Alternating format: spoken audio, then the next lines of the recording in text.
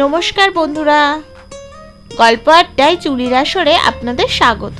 আজকের নিবেদন স্বপন গাঙ্গুলির পাকা দেখার 25 বছর পর।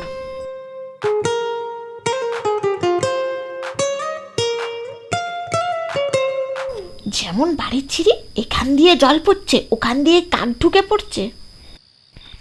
কেন?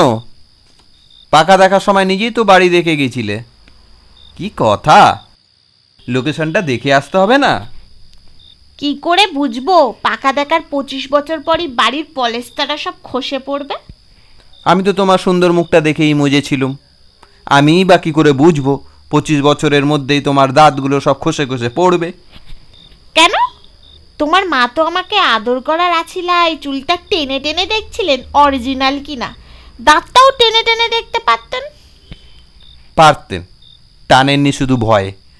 যা মেয়ে তুমি, যে কোনো সময় কামড়ে দিতে পারতে।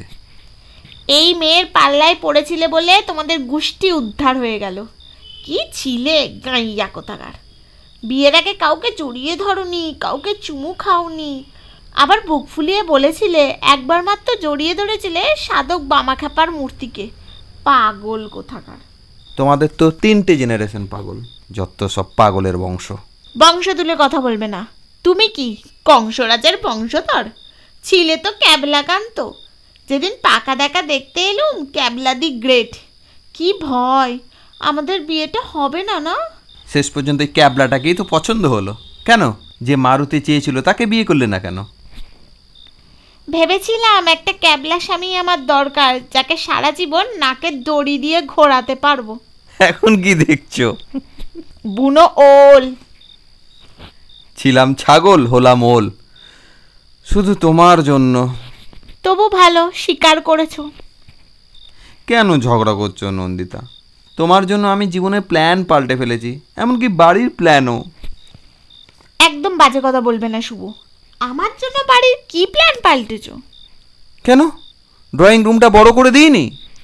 আমার জন্য দিয়েছো? ড্রয়িং রুমে আমার মেয়েরা নাচতো, ড্যাব ড্যাব করে তাদের নাচ দেখবার জন্য। ভদ্রভাবে কথা বলো নন্দিতা। কি আমার ভদ্রলোক এলেন, পাকা দেখার দিনের কথা বলবো? আমি তোমাদের বাড়িতে এলাম একটু কথাবার্তার জন্য, তোমার মা কি বলে বাড়ি খালি রেখে মাসিকে দেখতে চলে গেলেন। মাসির শরীর খারাপ, একটা বাহানা। তুমি আমার মাকেও অপমান করছো। মাকে কেন করব? মা তো তোমার নির্দেশেই চলে গিয়েছিল, আমাকে একা পাবে বলে। ছি, আমার মাথা ওইসব তখন আসেইনি। না, তখন তুমি কিছু বোঝো না, ভারী ছেলে মানুষ। ছেলে মানুষ তো বটেই, তোমার মতো অত পাকা ছিলাম না। পাকা মেয়ের পাকা দেখা, বিয়ে তো করবে একটা, অত ছেলের ইন্টারভিউ নিয়ে বেড়াবার কি দরকার ছিল? শেষ পর্যন্ত জুটলো অবশ্য আমার মতো একটা প্রকৃত ভালো ছেলে। কি ঠিক কি না? তুমি নিজে মুখে স্বীকার করেছিলে। ভুল করেছিলাম, একটা গবের ছেলেকে। নন্দিতা! শুভ, গলা তুলে কথা বলো না। গবের নয় তো কি? ব্যাংকের পাসবই ফাঁকা, আলমারি ভর্তি রচনাবলী। কোন রচনাবলীর কটা খণ্ড তাও জানতে না। যারা লিখেছিলেন তারাও জানতেন না। আমি তোমাকে কাটিয়ে দিতাম। কি সব বিচ্ছিরি প্রশ্ন! সেভিংস কী রকম, ফিক্সড ডিপোজিট কত, মিউচুয়াল ফান্ড করেন, কোন কোন কোম্পানি শেয়ার আছে। কি জিজ্ঞেস করতাম? হাইট কত, বুকের নর্মাল সাইজ কত, ফুলিয়ে কত, সুগার আছে না সল্ট আছে, বিছানার চাদরের রং কি, ব্লাড গ্রুপ কি, এইসব। এগুলো তবু ভালো। এত পার্সোনালিটিতে লাগছিল, শুধু মায়ের পছন্দ হয়েছিল তাই। একদম বাজে কথা বলবে না। শুধু মায়ের পছন্দ? আমি যখন তোমার নিজের হাতে পরিবেশন করছিলাম তুমি বলনি? মনে হচ্ছে আমাদের বিয়েই হয়ে গেছে। কোনো কাণ্ডজ্ঞান আছে তোমার? লজ্জায় আমার মাথা কাটা যাচ্ছে। তবু ভালো, তুমি লজ্জা পেয়েছিলে। লাজুক মেয়ের কথা মনে করাবো? করাও না। খেতে খেতে আমি বিষম খেয়েছিলাম, মনে আছে? হ্যাঁ, মনে পড়ছে। কেন বলো তো? আচমকা ওই রকম কেউ প্রশ্ন করে? বাচ্চা হলে খেলবে কোথায়? আজ পর্যন্ত কেউ কাউকে পাকা কথার দিনে এই প্রশ্ন করেছে? তুমি কিন্তু ওই একটা স্মার্ট উত্তর দিয়েছিলে, ছাদে খেলবে। আমাদের আর্য তো ছাদে খেলেই বড় হয়ে উঠল। ছাদে উঠে এরোপ্লেন দেখে বলতো, মা আমি ওই এরোপ্লেনে উঠে অনেক দূর চলে যাব। আজ আমাদের আর্য আমেরিকায় চাকরি করছে, সামনের মাসেই বিদেশি বউ নিয়ে আমাদের কাছে আসবে। এত এক্সাইটেড লাগছে না? এক্সাইটেড তো লাগবেই। আমাদের পাকা কথার দিন মনে আছে? আমি বলেছিলাম নন্দীগ্রামে বেডরুম আর সপ্তগ্রামে বাথরুম। এটা ঠিক, তোমার জন্যই বেডরুমে অ্যাটাচ বাথ হয়েছিল। আমি বলেছিলাম বেডরুমটাকে বাথরুমের পাশে নিয়ে যাওয়া যায় না। তোমার তো ওই রকমই সব কথা। আজ বিদেশি বউ এসে যদি দেখতো বেডরুম ইনডোর স্টেডিয়ামে আর বাথরুম ইডেনে, তাহলে সোজা গিয়ে উঠতো এরোপ্লেনে।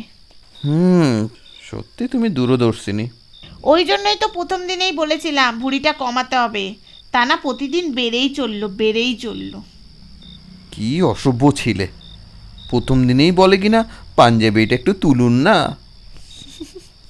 কি ক্যাবলা, অমনি তুলে ধরেছিলে। নিজে কি বলেছিলে? বাড়ি তো ফাঁকা। চুপ করো তো, কবে কি বলেছিলাম, মুখে কিছু আটকায় না। ভুলে যাও না, এখন তুমি আমি শ্বশুর শাশুড়ি। এই শোনো, তোমার আমেরিকান বউ কাঁকড়া খেতে চেয়েছে, ওরা এলে একদিন এনো। কবেকার সে কথা! কোথায় গেল ঝাঁকড়া চুল, কোথায় গেল কাকড়া? টেকো বাবু, বোঝো না কো, বুড়ো হচ্ছি আমরা। মায়ের হাতে পার্সে মাছ, শাশুড়ির হাতে ইলিশ। কেউ আজ কোথাও নেই, আমরাও হব ফিনিশ। মোটা চাল আর মোটা মাথা সহ্য হতো না তোমার। শরীরটাও যে মোটা হলো, প্রেশার বাড়লো আমার। শুভ নামের সঙ্গে তুমি রাত্রি জুড়ে ছিলে। নিবিড়ভাবে পাবার জন্য শুভরাত্রি বলেছিলে। এসো এসো ঘাড়ে, এসো বলেছিলাম তোমায়। উচ্চারণ ঠিক না করলে আজও তোমায় করব না কো ক্ষমা। পাকা দেখার 25 বছর আজকে হলো ধন্য। শুভরাত্রি বলছি মোরা আপনাদেরই জন্য।